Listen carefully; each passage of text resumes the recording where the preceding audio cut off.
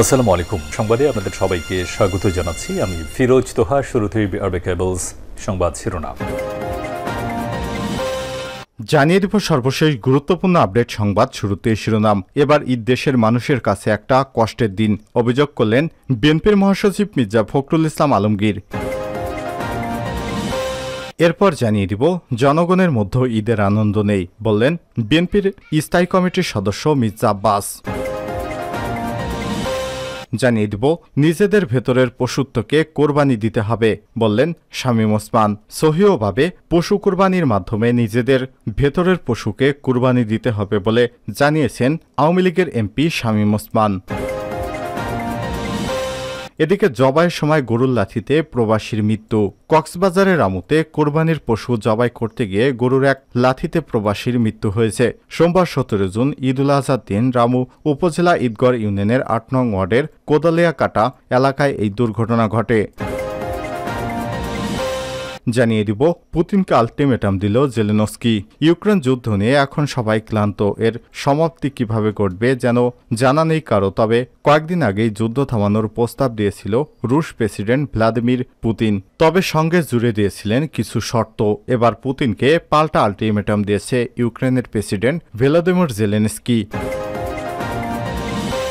এবং সর্বশেষ জানিয়ে দিব যুদ্ধ চলাকালীন মন্ত্রিসভা ভেঙে দিলেন নেতানিয়াহু। অবশেষে ভেঙে দেওয়া হয়েছে ইসরায়েলের যুদ্ধ চলাকালীন মন্ত্রিসভা। দেশটির প্রধানমন্ত্রী বেঞ্জামিন নেতানিয়াহু এই মন্ত্রিসভা ভেঙে দেন। প্রিয় দর্শক, এতক্ষণ শুনছিলেন সংবাদ শিরোনাম, এবারে বিস্তারিত। তবে তার আগে বন্ধুরা, আপনি কোন স্থান থেকে আমাদের সংবাদটি দেখছেন কমেন্ট করে জানিয়ে দিন এই সংবাদ সম্পর্কে আপনার মূল্যবান মতামত। প্রিয় দর্শক, আপনি যদি আমাদের চ্যানেলে নতুন হয়ে থাকেন, ভিডিওটি দেখতে দেখতে চ্যানেলটি সাবস্ক্রাইব করে রাখুন, যাতে করে আমাদের লেটেস্ট আপডেট সংবাদগুলো সবার আগে আপনার কাছে পৌঁছে যায়। এবারে বিস্তারিত।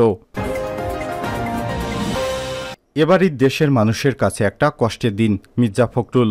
মূল্যস্ফীতির কারণে ঈদ উল আজহা সাধারণ মানুষের উদযাপনে তেমন সাড়া পড়েনি। আর্থিক দুরবস্থার কারণে অবস্থা কঠিন হয়ে দাঁড়িয়েছে বলে মন্তব্য করেছেন বিএনপির মহাসচিব মির্জা ফখরুল ইসলাম আলমগীর। সোমবার 17 জুন সকালে পবিত্র ঈদ উল আজহার নামাজ আদায়ের পর দেশবাসীকে শুভেচ্ছা জানিয়ে তিনি এসব মন্তব্য করেন। ঠাকুরগাঁও শহরের তাঁতিপাড়া এলাকায় পৈতৃক বাসভবনে সাংবাদিকদের সঙ্গে আলাপকালে বিএনপির মহাসচিব এসব কথা বলেন। এ সময় বিএনপি চেয়ারপারসন বেগম খালেদা জিয়া, ভারপ্রাপ্ত চেয়ারম্যান তারেক রহমানের পক্ষ থেকে সাংবাদিকদের মাধ্যমে পুরো দেশবাসীকেই শুভেচ্ছা জানান। এ সময় তিনি বলেন, পবিত্র ঈদ উল আজহা উপলক্ষে বাংলাদেশ এবং সারা বিশ্বের মুসলমানদের জানাই আন্তরিক শুভেচ্ছা এবং ঈদ মোবারক। আমি বিশ্ব মুসলিমদের অব্যাহত সুখ, শান্তি, সমৃদ্ধি এবং কল্যাণ কামনা করি। এই ঈদ উল আজহা আমাদের ত্যাগের মহিমায় উদ্ভাসিত করে। এদিন আমরা পশু কুরবানির মধ্য দিয়ে আমাদের মধ্যে যে সমস্ত অশুভ বোধ আছে তা ত্যাগ করি। একই সঙ্গে আমাদের জীবনকে আমরা যেন সুন্দর, সৎ এবং পবিত্রতা বোধে রাখতে পারি, সেই প্রার্থনা করি।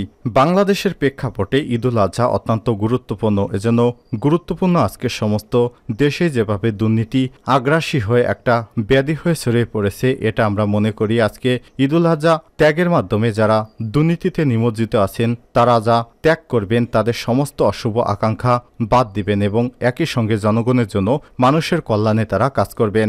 বিএনপির মহাসচিব বলেন, এবারের ঈদ আমাদের মানুষের কাছে একটা কষ্টের দিন। এজন্যই যে এখন যারা পশু কুরবানি করেন তারা পশুকে যে ক্রয় করতে হয় সেখানেও তারা একটা বড় রকমের মুদ্রাস্ফীতি আক্রান্ত হয়েছে। একই সঙ্গে সাধারণ মানুষ যারা কোরবানি দিতে পারে না তারা বিভিন্নভাবে কোরবানির গোশত সংগ্রহ করে। তাদের পক্ষে তা রান্না করা কঠিন হয়ে দাঁড়িয়েছে, কারণ রান্নার যে সমস্ত মশলা এবং অন্যান্য উপকরণ দরকার এটা তাদের পক্ষে সংগ্রহ করা খুব জটিল। সব জিনিসের দাম অত্যন্ত বেশি। এই অবস্থার জন্য সরকারের ব্যর্থতাকে দায়ী করেন বিএনপির মহাসচিব। তিনি বলেন, আজকে দ্রব্যমূল্যের দাম যেভাবে বাড়ছে সাধারণ মানুষের জীবন একেবারে অতিষ্ঠ হয়ে গিয়েছে। এ কারণে ঈদ উল আজহা সাধারণ মানুষের জন্য আনন্দের বার্তা নিয়ে আসেনি। এসব কারণে মানুষ ঈদ আনন্দ উপভোগ করার সুযোগ পাচ্ছে না। বিএনপি সেন্ট মার্টিন নিয়ে যে সমস্ত কথা বলছে তা গুজব ছড়ানো হয়েছে। আওয়ামী লীগের সাধারণ সম্পাদক উবায়দুল কাদেরের এই বক্তব্যের প্রসঙ্গে জানতে চাইলে বিএনপির মহাসচিব বলেন, আপনারা সবসময় গণমাধ্যম কর্মী উবায়দুল কাদের সাহেবের রেফারেন্স দিয়ে কথা বলেন। এটা আমি ব্যক্তিগতভাবে পছন্দ করি না। এজন্য পছন্দ করি না যে ওবায়দুল কাদের সাহেবের কথার জবাব দিতে আমার রুচিতে বাধে। যারা রাজনীতি করছেন ক্ষমতার জন্য, ক্ষমতায় আছেন, যদি সত্যকে উপলব্ধি না করেন, তারা যদি দেশের সমস্যা, গণমানুষের যে আকাঙ্ক্ষা বুঝতে না পারেন, তাহলে তারা কিসের শাসক হলেন? এ সময় তার সঙ্গে আরও উপস্থিত ছিলেন ঠাকুরগাঁও জেলা বিএনপির সাধারণ সম্পাদক মির্জা ফয়সাল আমিন, জেলা যুবদলের সভাপতি মেহেবুল্লাহ বাবুনুর চৌধুরী সহ দলের অন্যান্য নেতাকর্মীরা। জনগণের মধ্যে ঈদের আনন্দ নেই, মির্জা আব্বাস। জনগণের মধ্যে ঈদের আনন্দ নেই উল্লেখ করে বিএনপির জাতীয় স্থায়ী কমিটির সদস্য মির্জা আব্বাস বলেছেন, ঈদ বলতে যে আনন্দ বোঝায় তা গত ১.৫ যুগ ধরে জনগণের মধ্যে নেই। সোমবার ১৭ জুন ঈদের নামাজ শেষে বেলা 11:30টায় শেরেবাংলা নগরে জিয়াউর রহমানের কবর জিয়ারতে গিয়ে সাংবাদিকদের সামনে কথা বলেন তিনি। মির্জা আব্বাস বলেন, ঈদ আরবি শব্দ, যার অর্থ হল খুশি। এই খুশি উপভোগ করার মন মানসিকতা বাংলাদেশের মানুষের মধ্যে নেই। তিনি বলেন, অনেক কষ্ট করে কোরবানি দিচ্ছে আমার বাড়ি শাহজাহানপুর, পাশে কোরবানির পশুর হাট ছিল। দেখলাম বেশ কিছু ব্যাপারী তাদের গরু বিক্রি করতে পারেনি, অর্থাৎ টাকার অভাব লক্ষ্য করা গেছে। মির্জা আব্বাস বলেন, আজকে জনগণের মধ্যে যে কষ্ট, এটা বর্তমান সরকারের জন্য, বিনা ভোটের সরকারের জন্য। যদি নির্বাচিত সরকার থাকতো তাহলে জনগণের এই কষ্ট হতো না, জনগণের অক্টোপাসের মতো বন্দি অবস্থায় থাকতে হতো না। মির্জা আব্বাস বলেন, আজকে দেশের মানুষ চারদিক থেকে অক্টোপাসের মতো বন্দি অবস্থায় আছে। কি রাজনীতি, কি অর্থনীতি, কি সামাজিক, কি ভৌগোলিক। আমি যদি ভৌগোলিক অবস্থানের কথা বলি, আমরা কিন্তু ভালো অবস্থানে নেই, শান্তিতে নেই। সেন্ট মার্টিন ইস্যুতে তিনি বলেন, দ্বীপে আজকে খাদ্য সংকট পড়েছে। একদিকে তো অভাব, যদি আমরা নাও বলি তাহলে সেই দ্বীপ বিচ্ছিন্ন হয়ে গেছে, ওখানে খাদ্য সরবরাহ করা যাচ্ছে না। কার ভয়ে? তিনি বলেন, অথচ 1978-1989 সালের দিকে এই মিয়ানমারে নতজানু হয়ে বাংলাদেশের তৎকালীন রাষ্ট্রপতি জিয়াউর রহমান তার কাছ থেকে মাপ চেয়ে বিদায় নিয়েছিল। সেই মিয়ানমার আজকে কতটুকু সাহস পেয়ে গেছে, তারা আমাদের রাষ্ট্রকে রক্তচক্ষু দেখায়, কিন্তু সরকার ভয়ে তাদেরকে কিছু বলতে পারে না।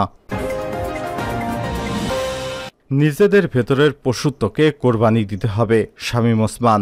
সহিহভাবে পশু কোরবানির মাধ্যমে সবাই যাতে নিজেদের ভেতরের পশুত্বকে কোরবানি দিতে পারে। সোমবার ১৭ জুন সকালে নারায়ণগঞ্জ শহরের মাঝদাইর এলাকায় কেন্দ্রীয় পৌর ঈদগাহে ঈদের নামাজ শেষে নারায়ণগঞ্জ ৪ আসনের সংসদ সদস্য একেএম শামীম ওসমান এসব কথা বলেন। এ সময় তিনি প্রধানমন্ত্রী শেখ হাসিনার দীর্ঘায়ু কামনা করে সবার কাছে দোয়া চান। তিনি বলেন, প্রধানমন্ত্রী যেভাবে দেশকে সামনের দিকে এগিয়ে নিয়ে যাচ্ছে, মহান আল্লাহ তাআলা যেন তাকে সুস্থতা এবং নেক হায়াত দান করেন।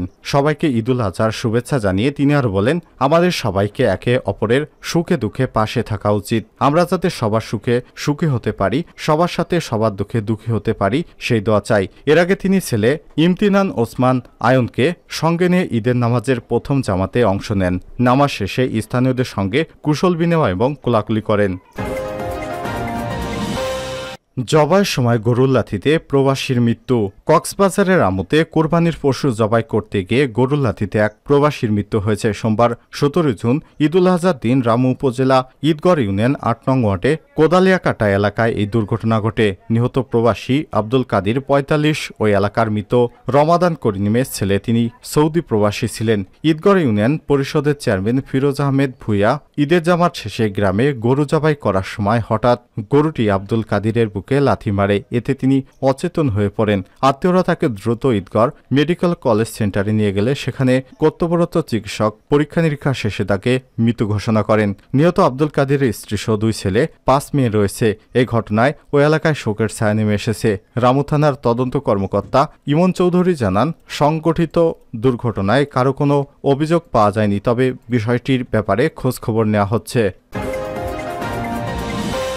পুতিনকে আলটিমেটাম দিলেন জেলেনস্কি। ইউক্রেন যুদ্ধ নিয়ে এখন সবাই ক্লান্ত। এর সমাপ্তি কিভাবে ঘটবে যেন জানা নেই কারো। তবে কয়েকদিন আগে যুদ্ধ থামানোর প্রস্তাব দিয়েছিলেন রুশ প্রেসিডেন্ট ভ্লাদিমির পুতিন, তবে সঙ্গে জুড়ে দিয়েছিলেন কিছু শর্ত। এবার পুতিনকে পাল্টা আলটিমেটাম দিয়েছেন ইউক্রেনের প্রেসিডেন্ট ভলোদিমির জেলেনস্কি। বৈশ্বিক একটি শান্তি সম্মেলনের মঞ্চে নিজের এমন রূপ দেখালেন জেলেনস্কি। ইউক্রেন যুদ্ধ বন্ধে সুইজারল্যান্ডে একটি শান্তি সম্মেলন হয়েছে। রাশিয়া, চীন সহ বিশ্বের বেশ কয়েকটি দেশ ওই সম্মেলন বয়কট করেছে। সম্মেলনের শেষ দিন জেলেনস্কি বলেন, ইউক্রেনের অঞ্চল থেকে মস্কো তার সেনা সরিয়ে নিলে আগামীকালই রাশিয়ার সঙ্গে আলোচনায় বসতে রাজি আছে ইউক্রেন। তবে পুতিন যুদ্ধ থামাবে না বলে মনে করছে জেলেনস্কি।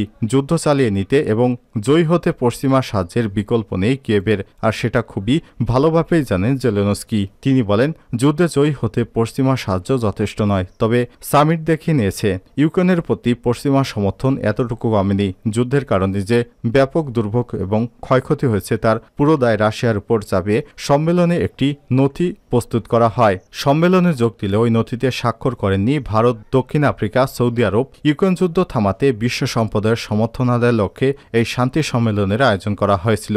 90টির বেশি দেশ এবং আন্তর্জাতিক সংস্থা এই সম্মেলনে যোগ দেয়, তবে রাশিয়াকে সম্মেলনের ধার দেওয়া হয়নি, আর রাশিয়ার মিত্র চীন এই সম্মেলনে যোগ দেয়নি।